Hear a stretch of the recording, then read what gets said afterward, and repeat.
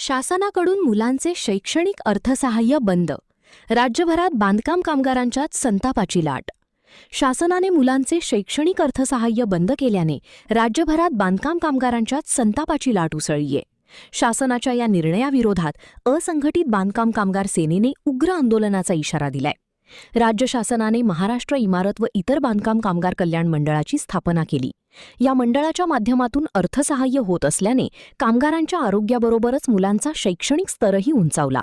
परंतु शासनानं गेले कित्येक वर्ष सुरू असलेल्या 14 शैक्षणिक लाभाच्या योजनांमध्ये 10 योजना बंद करण्याचा निर्णय घेतलाय. यामुळे विद्यार्थ्यांना शैक्षणिक नुकसानाला सामोरं जावं लागणार आहे.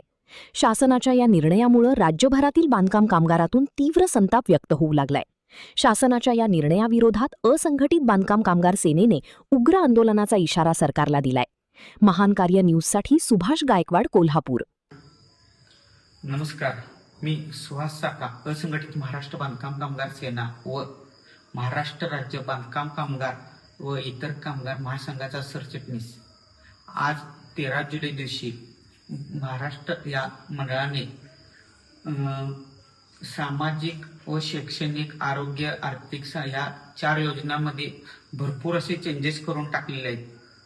जे शैक्षणिक लाभामध्ये मिळणारे 1ली ते 9वी योजना ही पूर्णतः बंद करून टाकलेली आहे व 10वीच्या मुलांना मिळणारे जे अर्थसहाय्य ते 25,000 केले, पण 1ली ते 9वी ह्या कामगारांच्या मुलांच्यावर अन्याय केलेला आहे.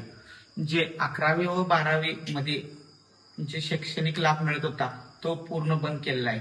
10वी व 12वीला जे 50% मार्काचे 10,000 रुपये भेटत होते ते पण पूर्णतः बंद केलेले आहेत. डिप्लोमा डिग्रीसाठी जे पैसे भेटत होते 20,000 रुपये ते पूर्णतः बंद झालेले आहेत. पदवीच्या शैक्षणिकसाठी 20,000 रुपये भेटत होते ते पण आज पूर्ण बंद करून टाकून कामगारांच्या मुलावरने अन्याय केलेला आहे. यासाठी आपण महासंघाच्या व संघटनेच्या मार्फत राज्य शासनाच्या व मंडळाच्या विरुद्ध उग्र आंदोलन करणार आहे.